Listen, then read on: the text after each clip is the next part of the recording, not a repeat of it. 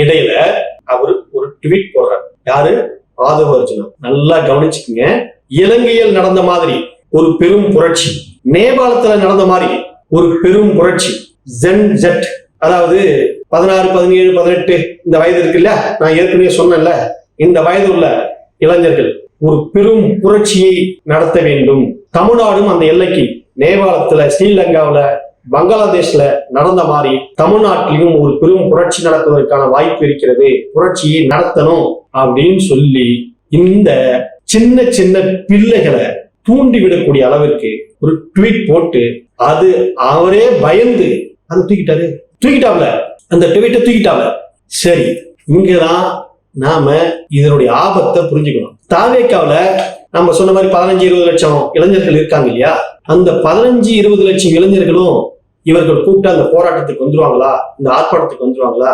நிச்சயமா வரமாட்டாங்க.